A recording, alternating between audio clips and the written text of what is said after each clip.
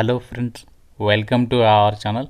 Friends, మనకి government of India కింద పనిచేస్తున్నటువంటి ఆర్ఎండ్డి డిపార్ట్మెంట్లో ఖాళీగా ఉన్న ఉద్యోగాలకి ఎటువంటి రాత పరీక్ష లేకుండానే అప్లై చేసిన వాళ్ళని షార్ట్ లిస్ట్ చేసి ఇంటర్వ్యూకి పిలిచి మీకు జాబ్ అయితే ఇస్తున్నారు. ఎటువంటి అప్లికేషన్ ఫీ కూడా లేదు. 40,000 వరకు మీకు శాలరీ వస్తుంది. అండ్ అప్లై చేయడానికి కూడా మీకు ఎటువంటి ఎక్స్పీరియన్స్ అవసరం లేదు. Andhra Pradesh, Telangana male and female candidates అందరూ కూడా ఈ నోటిఫికేషన్కి అప్లై చేసుకోవచ్చు.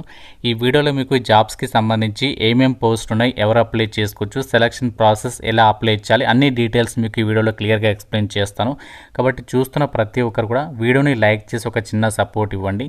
మీ నుంచి ఒకే ఒక లైక్ అయితే ఎక్స్పెక్ట్ చేస్తున్నాను. తప్పనిసరిగా ప్రతి ఒక్కరు కూడా లైక్ చేసి వీడియోని కంప్లీట్గా అయితే చూసేసి జాబ్స్కి అయితే అప్లై చేయండి. అండ్ ఛానల్ని ఫస్ట్ టైం చూస్తున్న వాళ్ళు ఇప్పుడే సబ్స్క్రైబ్ చేసుకొని బెల్ ఐకాన్ని క్లిక్ చేసి ఆల్ ప్రెస్ చేసి పెట్టుకోండి.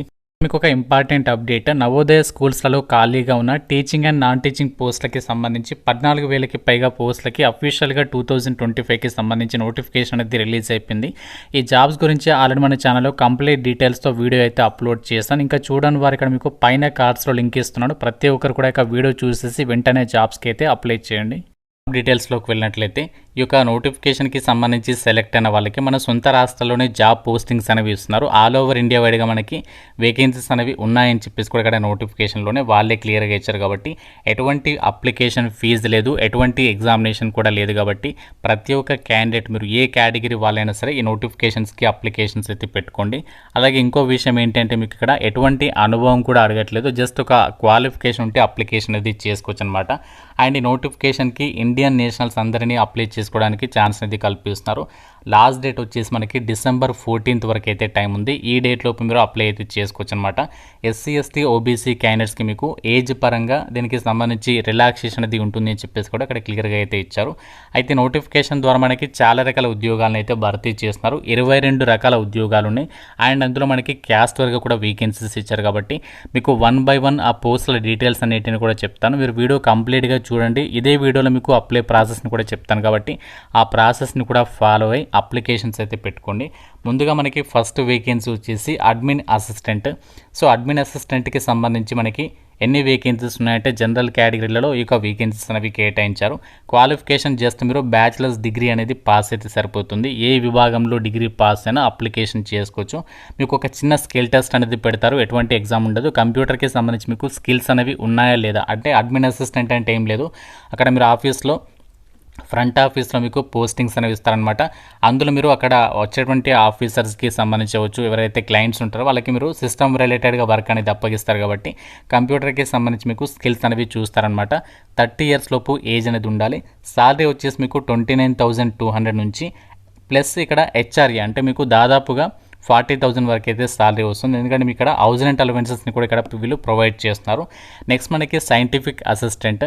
సో సైంటిఫిక్ అసిస్టెంట్కి సంబంధించి 25 వేకెన్సీస్ ఉన్నాయి. ఇక్కడ అన్ని క్యాస్ట్ల వరకు వేకెన్సీస్ అనేవి కేటాయించారు. General category, OBC, SC, ST ఇలా ప్రతి కేటగిరీకి వేకెన్సీస్ అనేవి కేటాయించారు. ఈ జాబ్స్కి సంబంధించి కూడా సేమ్ మనకి 29,200 ప్లస్ హెచ్ఆర్ఏ అనేది ప్రొవైడ్ చేస్తారు. హెచ్ఆర్ఏ అంటే హౌస్ రెంట్ అలవెన్సెస్ అనమాట. అంటే ఉండడానికి సంబంధించి రెంట్ అలవెన్సెస్ కూడా వాళ్ళే ఇస్తారు. 30 years లోపు ఏజ్ లిమిట్ అనేది ఇచ్చారు. దీంతో పాటుగా మీకు ఓబీసీ వాళ్ళకి 3 years plus 3 years, SC ST వాళ్ళకి ప్లస్ 5 years యాడ్ చేసుకోండి ఏజ్కి సంబంధించి. క్వాలిఫికేషన్ ఏముండాలి అంటే ఈ సైంటిఫిక్ అసిస్టెంట్ పోస్ట్లకి బ్యాచిలర్స్ డిగ్రీ అనేది సైన్స్ విభాగంలో ఎవరైతే చదువుంటారో వాళ్ళు అప్లై చేసుకోవచ్చు. ఫిజిక్స్ అనేది ఒక సబ్జెక్ట్స్గా చదివినటువంటి వాళ్ళు ఎలిజిబుల్ అనమాట.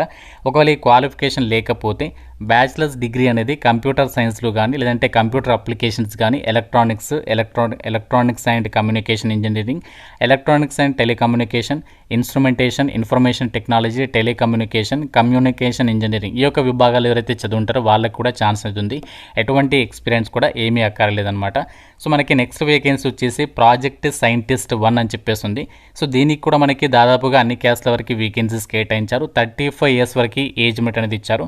సో దీనికి వచ్చేసి క్వాలిఫికేషన్ ఏముండాలి అంటే బీటెక్ ఆర్ బీఈ డిగ్రీ అనేది మనకి ఇక్కడ ఇచ్చినటువంటి సబ్జెక్ట్స్ అంటే మనకి మ్యాథమెటిక్స్ కానీ, ఫిజిక్స్ కానీ, మెటరాలజీ కానీ, అట్మాస్ఫియరిక్ సైన్స్ కానీ, ఎలక్ట్రానిక్స్ అండ్ కమ్యూనికేషన్ కానీ, electronics and instrumentation, computer applications, computer science ఈ యొక్క విభాగాల్లో బీఈ డిగ్రీ కానీ బీటెక్ డిగ్రీ కానీ సంబంధిత విభాగంలో చేస్తుంటారు. వాళ్ళ అప్లికేషన్ అనేది చేసుకోవచ్చు అనమాట. లేదంటే మీరు ఎంఎస్ఏ డిగ్రీ చేసినా కూడా అప్లై అయితే చేసుకోవచ్చు. సో దీనికి కూడా మనకి 35 ఇయర్స్ వరకు ఏజ్ లిమిట్ అనేది ఇచ్చారు. సాలరీ మాత్రం మనకి భారీ స్థాయిలో ఉంటుంది.